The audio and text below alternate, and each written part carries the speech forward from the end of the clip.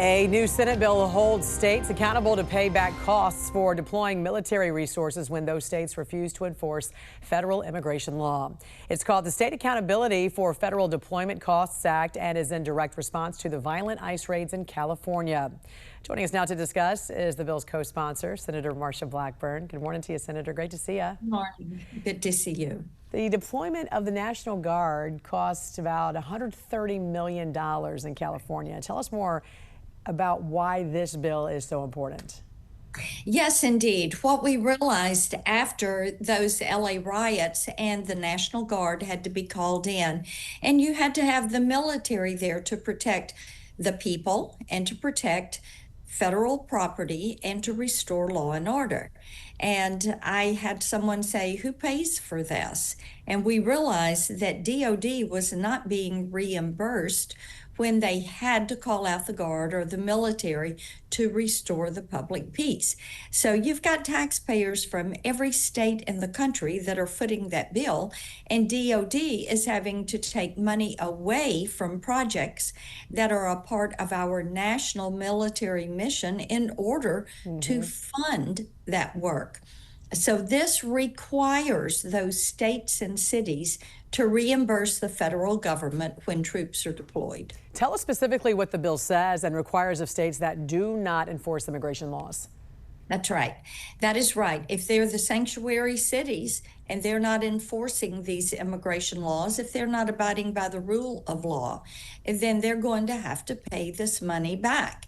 And as you and your viewers know, one of the things that has been a point of frustration to people is this selectiveness of saying we will enforce certain laws, but we will not enforce certain other laws. And the establishment of sanctuary cities has been baffling to people. If you're saying you're a sanctuary city for immigration, what other policy issue that you don't like could you say you're a sanctuary city for? And you also co-sponsored a bill introducing the National Education Association Charter Repeal Act. Now, this is essentially to revoke the congressional charter of the nation's largest teachers union, as well as the labor union. So tell us more about this. Yes, and as the NEA, the National Education Association, is the only federally chartered union. And their behavior of late, their push to leftist policies, the woke agenda that they have had, why should they have a federal charter? So the legislation that I have in the Senate and Rep. Harrison has in the House would remove that federal charter. There's also a second bill that would remove the ability of these unions, whether it is any of the employee unions, federal employee unions, or the NEA as the only holder of a federal charter, revoke their ability to lobby Congress. The NEA at this point, I mean, talk about the dramatic change you have seen over the years where it's now gone from what lawmakers like yourself would say, gone from, focusing on education to now more woke policies.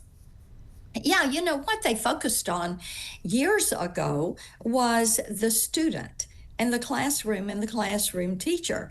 And how do you better educate the children that are in front of you, and providing that extra training and support for classroom teachers. What we hear from teachers now is what they seek to do is force you to do revisionist history, or they want to push a leftist agenda, and it's not about the child and the teacher that it's in front of them, but it is more about the establishment of the teachers union and pushing the ideology of the union. And as your viewers know, one thing that parents continue to say is one size fits all in education does not work, that each child learns differently. And one of the best things we can do for a child is to make certain they know how to learn,